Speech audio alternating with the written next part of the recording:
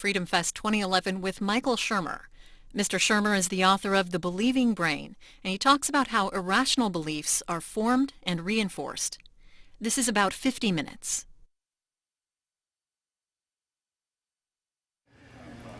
Well, good morning. I am Michael Shermer, the director of the Skeptic Society and the publisher of Skeptic Magazine. I think we actually have a slide of that. There we go.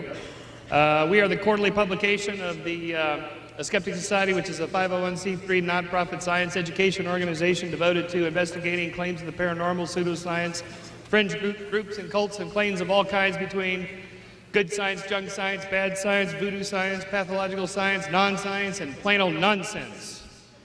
Unless you've been abducted by aliens and been on Mars, you know there's a lot of it out there. Nonsense, that is. Some people call us debunkers, but let's face it, there's a lot of bunk. And somebody's got to debunk it, and that's part of our job.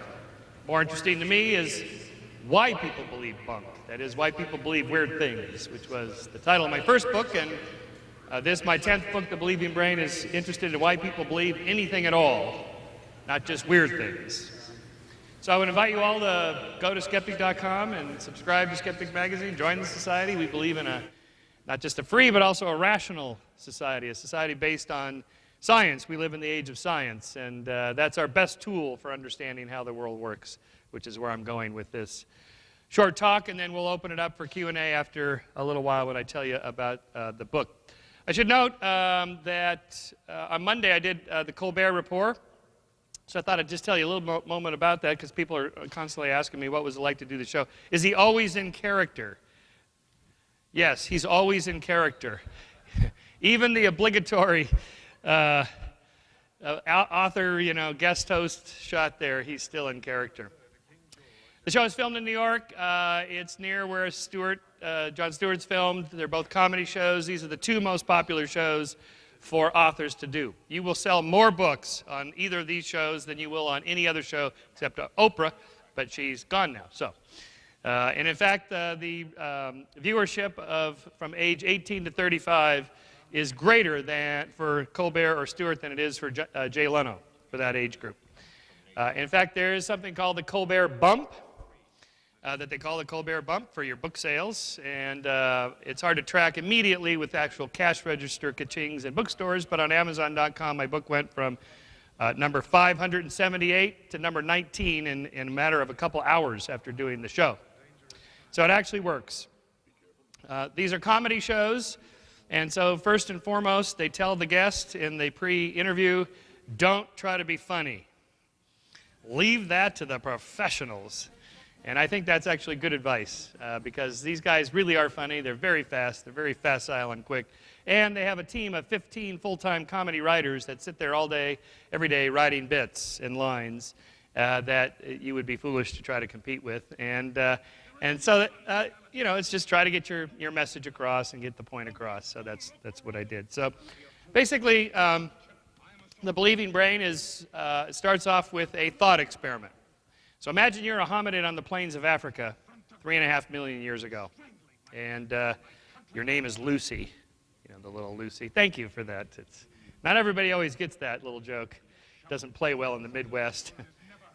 3.5 million years ago, the earth was created 6,000 years ago. Right after the Babylonians invented beer. Yeah, that's about right. Anyway, so you're a hominid on the plains. Actually, that reminds me of that Gary Larson cartoon with the little Australopithecines in the cave party, and the guy's looking at the girl and going, "You're not the Lucy." It's kind of a funny bit. So you're a hominid on the plains of Africa 3.5 million years ago, and you hear a rustle in the grass. Is it a dangerous predator, or is it just the wind? Well, if you assume that it's a dangerous predator, and it turns out it's just the wind, you've made a type 1 error in cognition, a false positive. You connected A to B, but A is not really connected to B. It's just an accidental correlation there. There's no causal connection. But that's not a particularly high-cost error to make. Lots of animals make them. You just become more skittish and cautious, and you move around the noise. And you've all seen how animals are like that in these fur, fin, and feather shows on the Science Channel, Nature Channel, History Channel, Learning Channel, and so on, where they're super skittish, particularly preyed upon animals. On the other hand, and the reason for that is because, on the other hand, if you assume the rustle in the grass is just the wind, and it turns out it's a dangerous predator, your lunch. Congratulations, you've just been given a Darwin Award for taking yourself out of the gene pool early without contributing to the next generation. So I'm arguing that there was a natural selection for, an evolution of the propensity to make more type 1 errors than type 2 errors, more false positives than false negatives. That is, just assume that all Russells in the grass are dangerous predators just in case, because one is a much more costly error than the other. Now, why can't we just collect more data and get the decision right? Why can't we tell the difference between Russells in the grass and dangerous predators? Why not just sit there in the grass and collect more data? Let's see how it goes. Because that itself will turn you into lunch for a predator. Sitting there and stalling and waiting around is also a dangerous strategy to take. So our brains have evolved the propensity to make snap decisions, rash judgments, intuitive, instinctive choices, not based on evidence, not based on collecting lots of data, based on a very rapid cognition. And that's the propensity for believing all sorts of things. I call this patternicity, the tendency to find meaningful patterns in both meaningful and meaningless noise, whether it's the face of Jesus in a tortilla or the Virgin Mary on a grilled cheese sandwich. We have this tendency to see things, particularly faces, for example, everywhere we look. However, that's not such a bad thing because, in fact, we have to find all sorts of new patterns. That's called learning. Connecting A to B when A really is connected to B, that's called association learning, whether it's ringing the bell and giving the dog some food and he salivates, you ring the bell, give him some food, he salivates, you ring the bell, he salivates. That's association learning, classical conditioning. You've connected A to B, and it's a real connection for him, and the animal learns it. What happens in the brain is they actually strengthen or even grow new interneural connections between neurons. Memories are stored in these patterns of neurons firing. So the more you repeat something, the neural pattern gets reinforced over and over and over and strengthens. The synaptic connections are stronger. For example, they have more dopamine in them. There's a whole bunch of these neurochemical transmitter substances. Dopamine appears to be one of the ones that is deeply connected with learning and reinforcement. A reinforcement in learning theory is anything that causes the organism to repeat what it just did. So if you're a pigeon in a box, one of these Skinner boxes, and you give him little things of food whenever you want, he pecks keys or whatever it is you're trying to get him to do. If you just randomly assign him reinforcements, whatever the animal was doing just before he got the reinforcement, he'll repeat that. That's the very definition of a reinforcement. So let's say whether it's a rat touches the side or the pigeon's wing touches the wall or whatever, turns around twice clockwise and once counterclockwise, and he gets a reinforcement, he's going to remember that, repeat it. Reinforcement, touch the left, go this way once and the other way half a way, and then I get right. And that's called superstition. Sometimes we call it magical thinking, but superstitions are just connecting A to B when there is no connection. And if you think that's just a bird brain problem, just go out to the casinos out there, to the slot machines, and you'll see this operation at work. They have it perfectly programmed. They know exactly how much money they're going to make on the hour, every hour, 24/7, depending on how many people are sitting there. You can't win. But your brain is geared up to try to find some connection there. And if you do, you get a little hit of dopamine, a little positive boost. People that are susceptible to gambling addictions, they get a huge hit, probably of dopamine and maybe some other brain chemicals there that kind of cause them to get even more reinforcement than the rest of us get when they get a little hit from gambling, say. And particularly if they're less risk averse and they like doing those sorts of things, they get an extra little jolt. And we know this from brain research on this connecting these different causal explanations for patternicity. For example, subjects that are shown random patterns, dot patterns on a computer screen, or they're given random flashes of light or random noises in earphones, almost never see randomness. They always find a pattern of some sort. Again, our brains are designed or evolved to find meaningful patterns, whether they're really there or not. And it turns out that if you give subjects L-DOPA is given normally for Parkinson's patients to quell the tremors a little bit. It increases the amount of dopamine in the brain. They're more likely to see random patterns, meaningful patterns in random noise, than even the rest of us are without the little extra hit of dopamine. So dopamine appears to be one of these chemicals that's highly related to behavioral addictive addictions, plus just basic learning and this sort of process of patternicity. We know from split brain patient research that that patternicity tends to occur more on the more on the right hemisphere than the left hemisphere, showing patterns and tracking where it's recorded in the brain just by forcing that through split brain experiments. This process of finding new patterns happens more in the right hemisphere than the left hemisphere. Right hemisphere is often associated with artistic ability and musical ability and so on.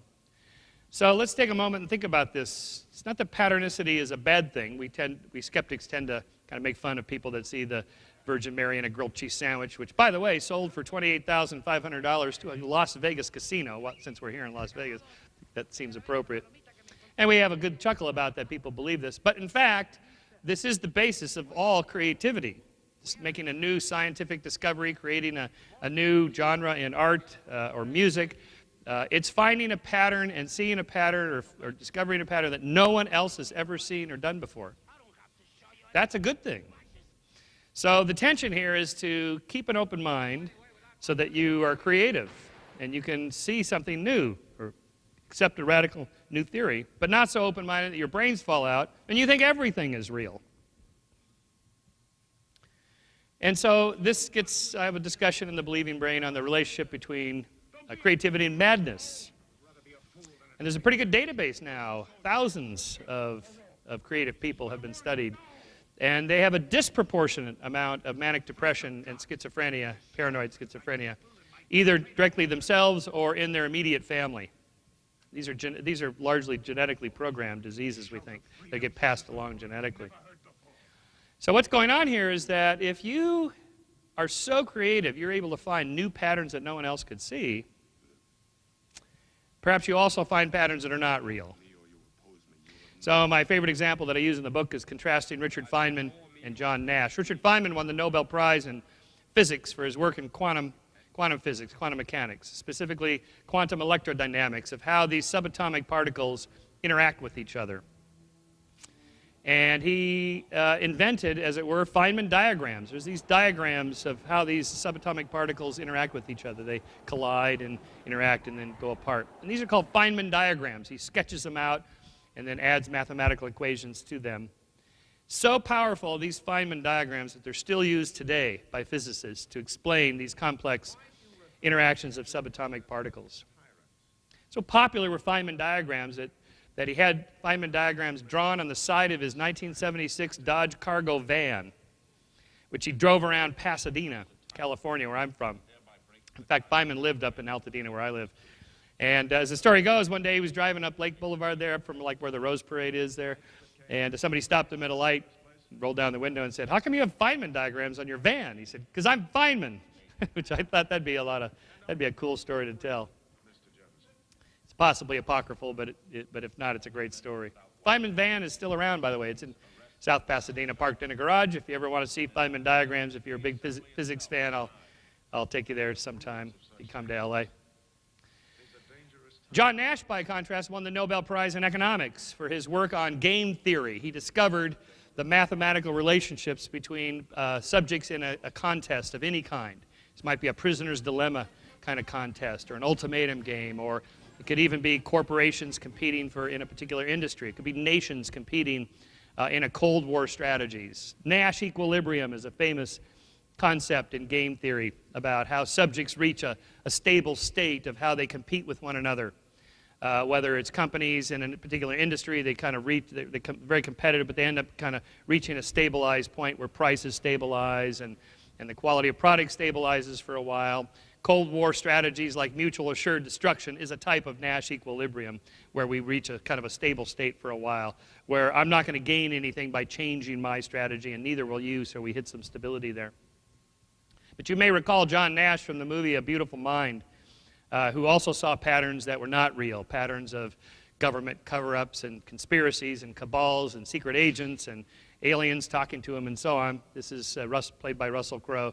John Nash was paranoid schizophrenic, but he's still alive.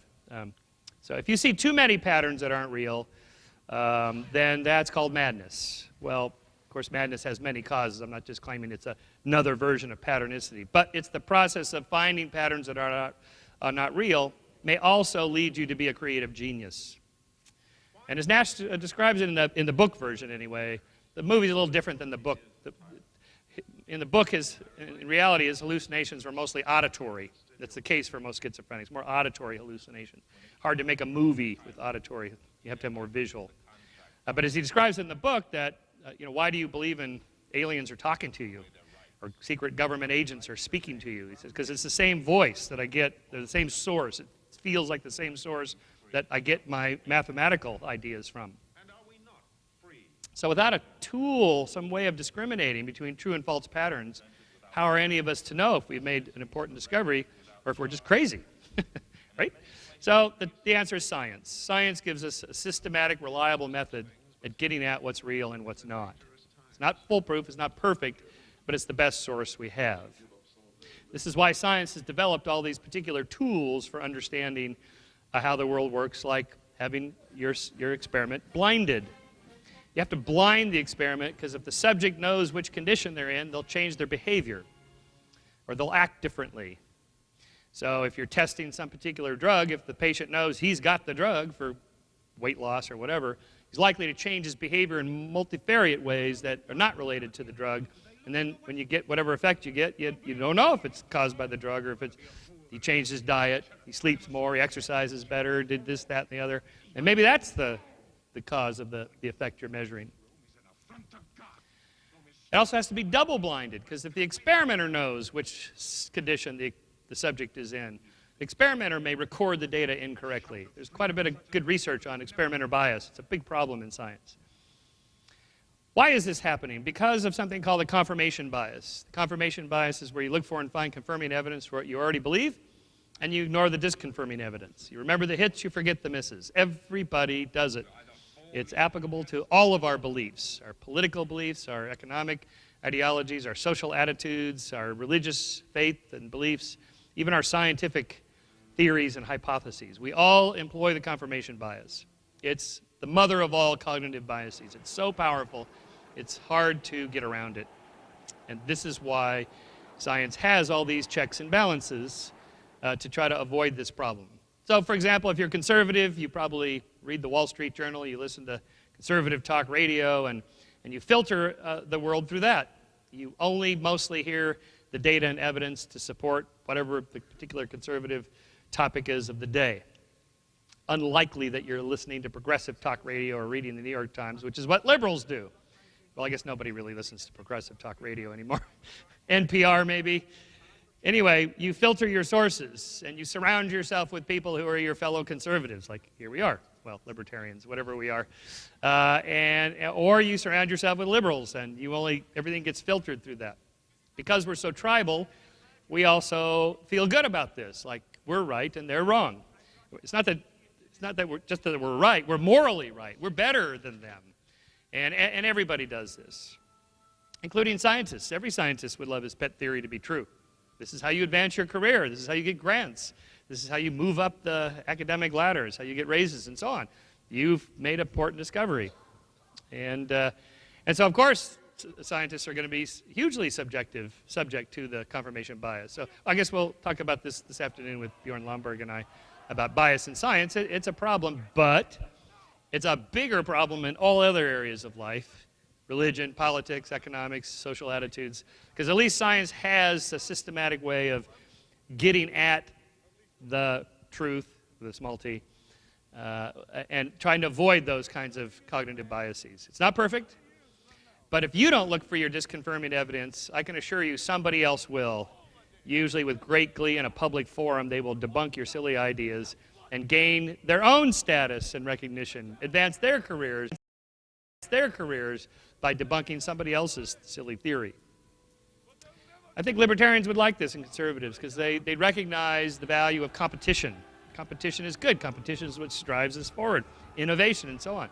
Science is a very competitive enterprise. There's only so many grants, and limited academic jobs and so on. There's only so many people that can be published in the big journals. It's very competitive.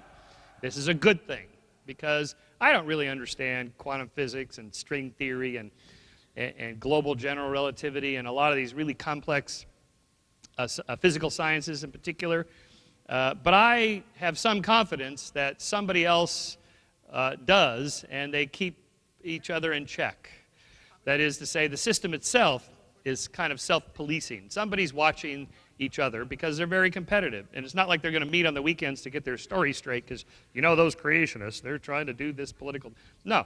If you ever go to a scientific conference, you see how sort of invigoratingly competitive it is. They challenge each other constantly, and there's a lot of backstabbing and behind-the-scenes machinations about whose theory is right and who has the most support and all that. So when I'm not sure about something, like for Skeptic Magazine, people send me pretty much every week some new theory about this, that, or the other. And most of them are obviously just silly bunk of some guy just in his garage saying, well, Newton was wrong, and Einstein was wrong, and Feynman was wrong, and I figured it out, and I don't really know the math yet, but maybe somebody, you can work on this. I don't do the math either, sorry. Now, usually I don't do anything with these other than file them away in my theories of everything drawer. But occasionally I'll get something that's interesting, and so I'll send it to my friends at Caltech and go, so what, if this guy is wrong, why is he wrong? I want to give him a fair answer. You know, and so they'll tell me, well, so because of this and that and the other. Or if I ask, well, so what's the status of string theory? I'm just curious about this because it seems like they don't have any empirical data yet. So I'll go to my friends at Caltech or at Berkeley or MIT or whatever, and I'll get 3 or 4 voices that go, well, here's where the field is right now. We have no data, that's true. But it's in principle testable, and so it's not quite a hardcore science status yet, but we're getting there, and this, that. And I know I can sense that they kind of keep track of each other. And then, like 2 years ago, there was 2 books published, you know, basically debunking string theory, saying string theory is not even a science, by the guys in the field themselves. So I thought, okay, this is good. This means it's a healthy, the science is healthy, right? So that competitive nature of science is what keeps us on track. Not perfectly. There's still a lot of things that are published that are just complete bunk, nonsense, like the Wakefield paper that was published in The Lancet, allegedly connecting vaccinations to autism. This was utter rubbish. This is probably the poorest paper ever published in the history of medicine. And somehow it got through peer review, and there it was, boom.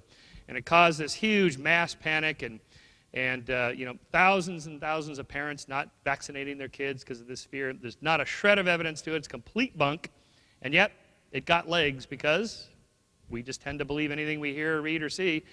It was in The Lancet. Must be true. Unfortunately, when the debunking articles are published, they don't always get as much attention in the media. The big splashy stories get the attention. The debunking stories, the follow-up studies that could find no replication process, we could not duplicate it, they don't get a big thing. Pons and Fleischmann and cold fusion, 1989, got all that press, media attention, you know, free energy, too cheap to meter, cold fusion's the answer to the future. And then within about 2 months, this was thoroughly, completely debunked. Not a single lab anywhere in the world could replicate their findings, end of story. But that wasn't the end of the media story, of course, because they don't follow up on that, saying, hey, guess what? 20 different labs could not find the same results. Right? So that's part of the problem we face is how the data, how scientific findings are presented. Now, when let's go back to our thought experiment on the plains of Africa 3.5 million years ago. You hear rustle in the grass. Is it a dangerous predator, or is it just the wind? What's the difference between the wind and a dangerous predator? The wind is an inanimate force. A dangerous predator is an intentional agent. And there's a big difference there. That is, our brains tend to infuse the patterns we find with an intentional agency. We think that there's something hidden there, a force, not just an inanimate force, but a force with some kind of essence or being to it. A dangerous predator intends to eat me, and that can't be good. So we also add a value judgment to it. I call this agenticity, the tendency to infuse patterns with intentional agency.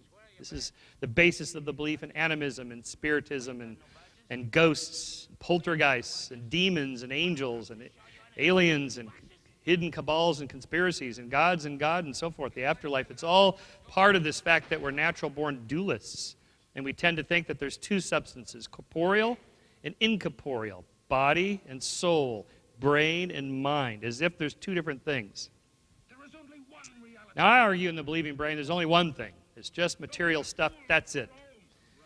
The mind is just a word we use in a fuzzy way to describe what it is the brain is doing when it's doing its thing, which is neurons firing, swapping dopamine and other chemicals. But I'm in the minority position on that. Most people are natural-born dualists. Most of us, most of the time, think there's two things. That's why we can watch a fun movie like Freaky Friday and get the humor of Lindsay Lohan and Jamie Lee Curtis switching bodies. But if you think about it, what's switching? What's going from one thing to the other? In our minds, we think, well, it's like their soul maybe, or their personality, and now you got a middle-aged mom in high school talking to the girls about boys, and you got the teenage girl who's in the corporate boardroom, and she's ha-ha, and laughter ensues. And these make for funny movies. There's a bunch of these, Big, where you change ages, or 13 going on 30, where, something goes from one body to the other. What is that? What is that thing? Well, we naturally just think, well, I got it. It's the spirit, the personality. Somehow it's not encoded here. It's out there somewhere, just temporarily and housed in the body, and it floats around. This is, of course, the basis of belief in the afterlife. And it's a natural belief. I'm claiming that we evolved that propensity as well as part of this evolutionary process. And you can ask subjects in the experiments, would you wear Hitler's sweater? And most people go, oh, no, it's got evil in it. It's, ugh. I mean, unless you're one of these neo-Nazis that likes to collect Nazi memorabilia off eBay because it's fun. Most people would not wear Hitler's sweater. But if you ask them, would you wear Mr. Rogers' cardigan sweater? Oh, yes, that would be nice. I'd feel more moral and upstanding, as if the essence of goodness or evilness exists without a person. Like it's just floating, like out in the ether somewhere, and it got in the sweater, and it's in the sweater. Another one of these experiments was to put Brad Pitt's sweater for sale on eBay. Washed versus unwashed. Which one do you think got the higher price? Unwashed, of course. I want the essence of Brad Pittness, just to... So why would this be? This may actually have an evolutionary basis to it. I argue in The Believing Brain that, in fact, the sense of smell is really important for certain parts of our lives that are important. For example, the sense of disgust. Things that smell really bad trigger a sense of disgust. And most of the things that we're disgusted about that smell bad are related to communicable diseases of things that you probably should not be getting too close to. Bodily excrements and things like this that carry diseases. On the positive side, things that smell good, roses or very pleasant scents, or the famous T-shirt experiment where subjects smelled the T-shirt of somebody of the opposite sex and they preferred one kind of smell to another, and that turned out to be related to who would actually make a good genetic match for them. And just subjective anecdotes about people who love the smell of their lovers or spouse's clothing, and that there's sort of almost like an essence to it. Like the essence of my lover is in the clothing. And that may then, so that projection, that dualistic projection, like there's an essence that exists, may actually have a basis in physical reality. That, in fact, that's the smell stuff is important to us from an evolutionary perspective. But our brains are definitely wired up to do this. You can stimulate parts of the temporal lobes, which are located just above your ears. And you can trigger all sorts of sort of spiritualistic type experiences. People hear voices of angels or God speaking to them. They have a sort of sense of connectedness to the universe. If you go probe deeper through the temporal lobes into the limbic system in the brain where emotions are controlled, they often have deep religious experiences. These experiments, by the way, are often done with epileptic patients who are getting their corpus callosum cut between the two hemispheres to stop the seizures from spreading from one hemisphere to the other. Remember, we have two brains in our head, not one. And so if you cut it, then the seizures can't spread. Well, before they go under, you ask them to sign a waiver and say, is it okay if we poke around and wake you up in the middle of the surgery and ask you what's going on while we poke around? And amazingly, they say yes. And this is how much of this brain mapping data has been gathered over the last half century. So we know a lot of what happens where in the brain. And we know these kinds of experiences happen under all sorts of different conditions. There's a sense-presence effect, for example, that can be triggered any number of ways. The sense that there's somebody else here in the room, maybe right next to me. Lindbergh described this in The Spirit of St. Louis, how after only 36 hours of sleep deprivation, which is nothing, I mean, every graduate student's had that, that there was angelic beings in the cabin of the plane with him that he spoke to, and they spoke back to him. The Himalayan climbers, the guys that do K2 and Everest, they'll often report, especially when they're alone, that there's somebody else on the rope with them that they're talking to and that talk to them. So this might be oxygen deprivation, might be cold, but on the other hand, solo sailors and Arctic explorers who are basically at sea level, and maybe not even cold, maybe they're in the South Pacific, and they often report there's somebody else with them. These people that try to like go around the world in a sailboat by themselves, they'll often report sensing somebody else with them.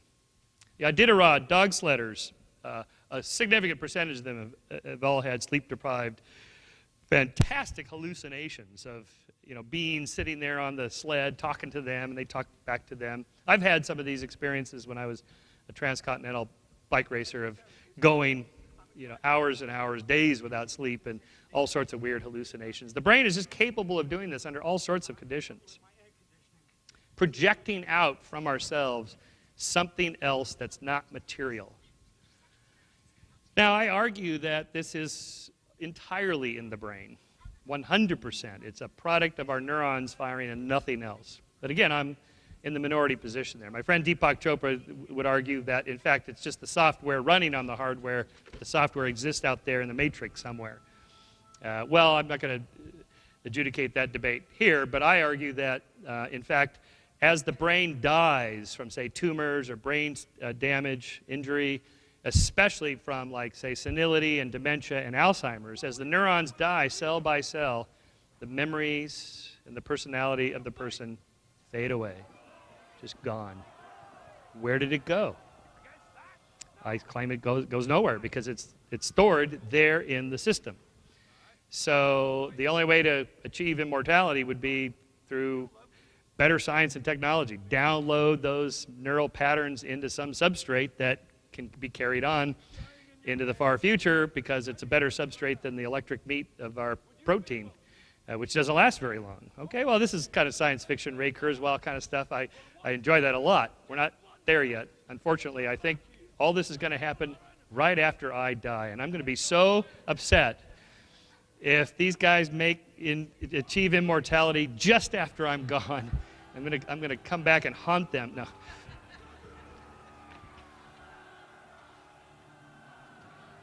I do think this is the basis in the belief in the afterlife and God and so on. I'm not a believer myself, so maybe I'm biased. Maybe you shouldn't believe the skeptic. And the answer is, that's right, you shouldn't.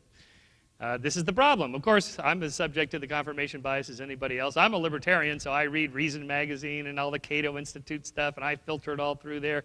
And I don't ever listen to progressive talk radio. I can hardly stand it.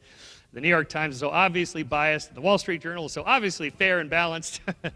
But I can't help but think, you know what, maybe I'm subject to my own biases, right? So sometimes it's good to read the other side and talk to those liberals if you must. No, just kidding.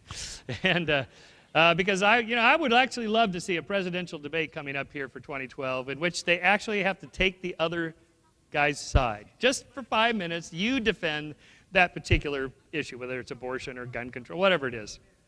Just to see what that would be like, but also what it does is it forces you to think, oh yeah, these guys actually do have good arguments, and they do have good data. Everybody's got data.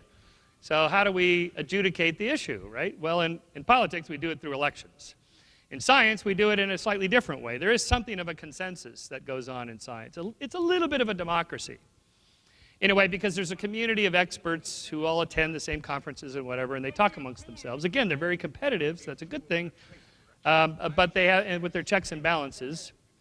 And this is why I would argue that, in fact, the American experiment is a kind of scientific experiment. That is, when the founders set up our country, they said, look, we don't know how to run a country. Nobody does. So we have to set it up in a way that is like an experiment. Well, we'll run it for a while, and then we'll change the conditions and variables, and we'll tweak those, and then we'll run it for a while longer and see how it goes. These are called elections. You're going to throw the bums out and bring some new bums in and let them try this and that, and then we'll collect the data and see how that goes, and And that is, in a way, how science works. I'd argue it's probably a little more cumulatively progressive than, say, politics. But on the other hand, things are better, I think measurably, objectively better now than they were, say, 500 years ago, in terms of like the number of people who have freedom and prosperity around the world. There were 0 liberal democracies in 1900, not one. Even America wasn't a liberal democracy. Women couldn't even vote till 1920. And now there's, something like 120, 130 something liberal democracies around the world. We're making progress. You can measurably, objectively, scientifically measure the difference between a dictatorship and a democracy by looking at North Korea versus South Korea. You can see it on a map at night of the lights. You can see it in the height of North Koreans versus South Koreans. They're about 4 inches shorter. You can measure it in their GDP, which is an order of magnitude smaller in North Korea versus South Korea, and so on. These, I claim, actually are, scientists are not supposed to pretend politics is a science, but I think that's wrong. I think we can cross that barrier and say, look, there are some measurable, objective scientific arguments we can make. And that the American experiment, in fact, was set up by a bunch of scientists. Franklin and Payne and Jefferson, these guys were natural scientists. That word wasn't even used until the late 1800s. It wasn't even invented until like 1845. So of course they didn't call themselves science. They were philosophers, natural philosophers. But that is what we mean today by science. So in a way, they're running a scientific experiment.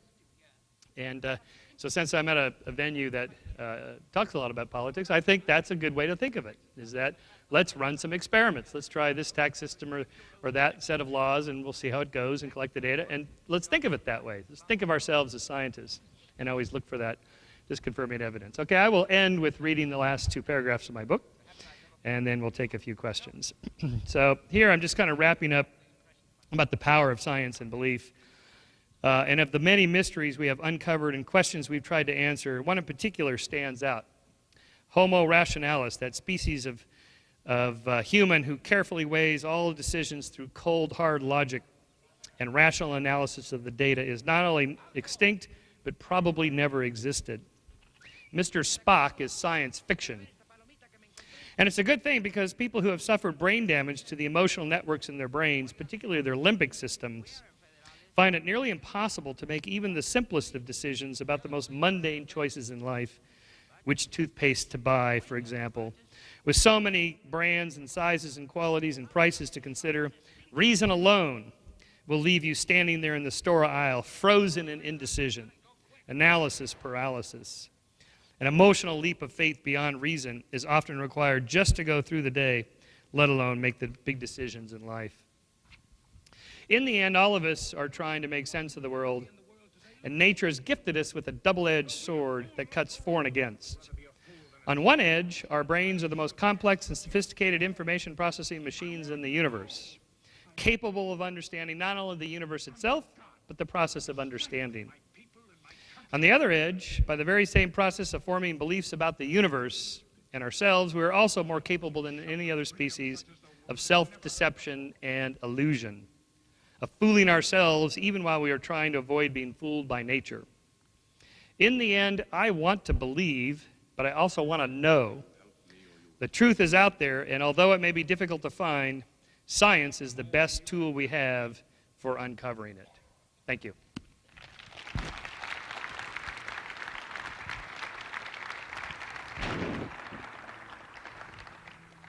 So we have a few minutes for questions. Yes, sir. Hello? Yep, there we go. So understanding the brain, as you've walked through here today, how can you weave yourself into the brain of a liberal to tap, which you need to tap to provide them light? Right. Well, I think, first of all, probably not the Ann Coulter approach where you call them idiots. I mean, that's kind of a conversation stopper for most people. Because, of course, liberals don't, I mean, it's like I deal a lot with pseudoscience, and who we call pseudoscientists. But, of course, nobody thinks they're pseudoscientists. They don't think, oh, I'm going to my pseudo lab today to collect some pseudo facts to defend my pseudoscientific silly theory. Nobody thinks that. Of course, liberals don't think that either. So one approach, I think the value of being a libertarian is that we're fiscally conservative, socially liberal. You can find some common ground and then shift them over. You know, the same principle you see here actually applies over here. If you're for freedom, then you should be for freedom not only in this area, but in this area over here, and you just try to nudge them that way. Oh, now, part of the problem that we run into here, that I discuss in my chapter on politics and the believing brain, is that liberals and conservatives tend to emphasize different moral values, and it's not that one of them is better than the other. It's like, well, I believe in helping the poor, and that it's government's job to take care of the needy and so on, man the soup kitchens and all this, and the people that fall through the cracks, and conservatives want to emphasize, say, group value, the rule of law, patriotism, and so on. And it's like, well, how are these related? Well, so you have to find some common ground. Like, well, I believe we should take care of the poor too. I'm my brother's keeper. Yes, of course. We're a group together. We got a band together and help each other. The only question is, what's the best way to do this? I mean, is really government the best way to do this? Think about this. Religion's actually pretty good at this. This is where I run into some trouble with my atheist friends down the roadway at the other conference I'm at. It's like, oh no, religion. Yeah, religion does a lot of good things, actually. They man the soup kitchens. They go to New Orleans after Katrina, and they're way better than FEMA. And that's actually a good example, because people go, oh yeah, FEMA. Oh God, that was a disaster. Right. So really, is government the best way to help people? And then you kind of nudge them that way. Hi. Would you say, like, in the skeptic movement, what is the most pervasive and most dangerous bias that you see? Within the skeptics movement? Yeah, I think skeptics have a strong bias against religion. Just a knee-jerk, if it's religious, it's got to be bad. And they have very little subtlety in looking at that. The liberal bias is probably the other biggest one. That, like, if you do a show of hands like I do every year down at the amazing meeting is at South Point Hotel this same weekend. It's probably 85% liberal, 14.999% libertarian, and 0.00001% conservative. Like, there's one guy at the back. Yeah, I am. And so, why is that? Well, because scientists, we're all pro-science. We love science, and scientists are almost all academics, and academics are pretty much liberal. So they've just been inculcated in the liberal worldview because academia is so biased that way. I'm sure you've seen these studies. Places like Berkeley, you won't find a single conservative, a Republican, in any of the social sciences or humanities. I mean, like, not one. And when I challenge them on this, it's like, how can you think that you're giving students a balanced education when all they get is this liberal perspective? And their answer is, well, because we're actually right, and we're helping counter what they're going to get out there in the real world. It's like, that's not helping anybody. Anyway, so I think that those two things, against religion and pro-liberalism, is too strong. Thank you. Yeah, about science, I wonder if you could comment on the climate science, debacles we've seen recently. I thought that might come up today.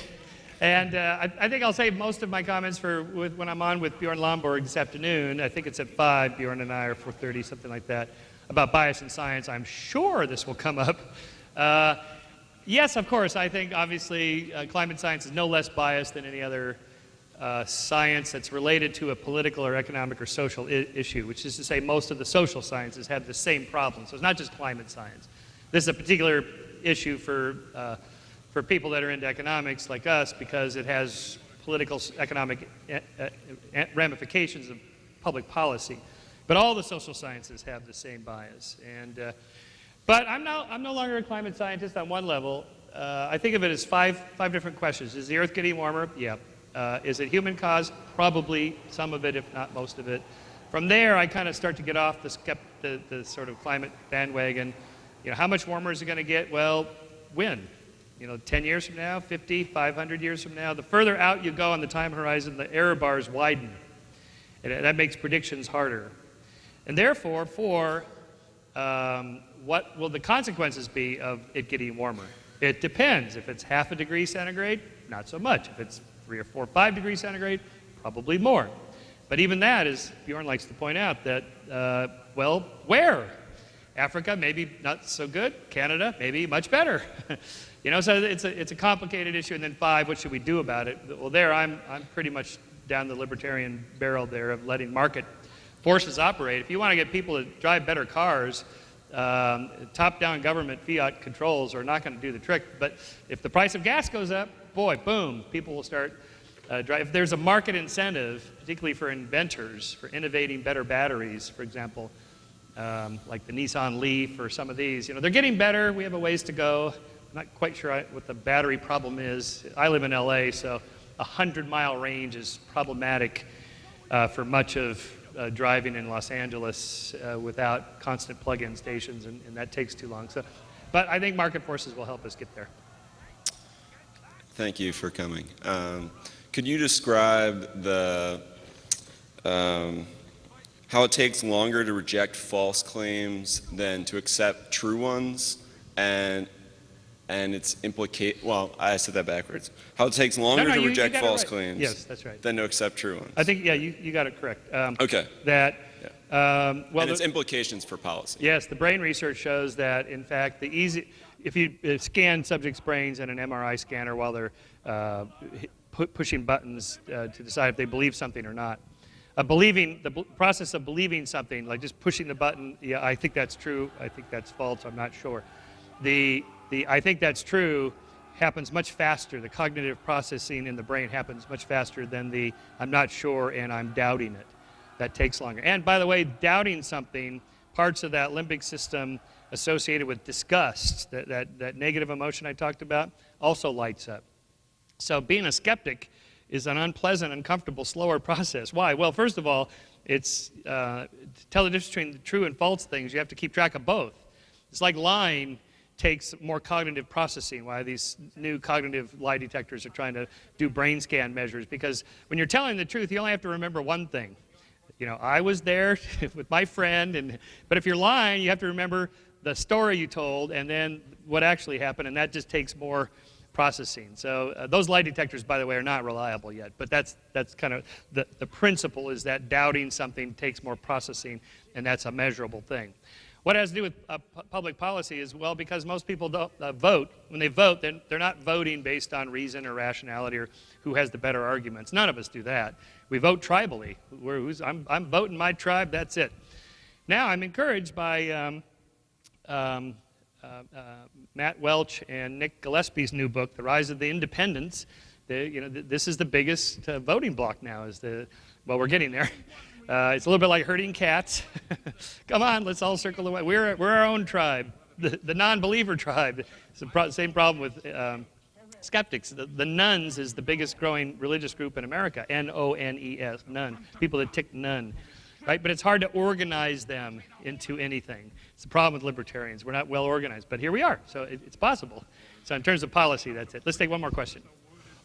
This thing about conspiracy theories, which is it true that in the Middle East people tend to believe rumors and conspiracy theories more, and is there like a political or historical basis for that? Yes, they do. I mean, if we think conspiracy theories are big here, they're huge in the Middle East. Well, because there's less education, there's less critical thinking taught, it's more of a theocracy than democracy and so on in these countries. So that's part of it. Although I'm constantly amazed at what people believe in America. I mean, I was on my book tour just after Jesse Ventura was touring with his book, The 63 Documents They Don't Want You to Read, Well, they're on the internet for free. I mean, come on. And I mean, Jesse's never met a conspiracy he didn't like. Okay, this is the problem. If everything's a conspiracy, then nothing's a conspiracy. I mean, there's some things must be conspiratorial by definition. And so I tend to be skeptical of the big conspiracy theories. If it involves world domination by 12 guys in a room called the Illuminati, it's probably not true, right? Watergate was a conspiracy. Yeah, okay, that makes sense, right? Lincoln was assassinated by a conspiracy. JFK, probably not. I mean, almost certainly not, in my opinion. Although I did have a moment of pause, I have to tell you, watching that HBO film, Too Big to Fail, based on the book, Too Big to Fail. And there's that scene in the movie, well described in the book, in September of '08, when Paulson and Bernanke call in the top 10 bankers, the Citibank CEO and the Bank of America guys, and so on. And it's 12 guys in a room, and they're basically saying, okay, look, we control like 70% of the world's finances, and if we don't fix this problem, we're not going to have an economy on Monday. I thought, holy crap, it's 12 guys in a room running the world. Maybe I'm wrong. So as a libertarian, I have to say that it's not just government that makes me nervous. Also, these kinds of huge power, any kind of power block in which people are doing things in closed rooms that I don't know about, that does make me nervous. So it does make me wonder, maybe we need some controls over some parts of the economy, because sometimes people can pull off conspiracies. Not often, though. I tend to be skeptical, but just in case. Anyway, thank you so much for coming. I appreciate that.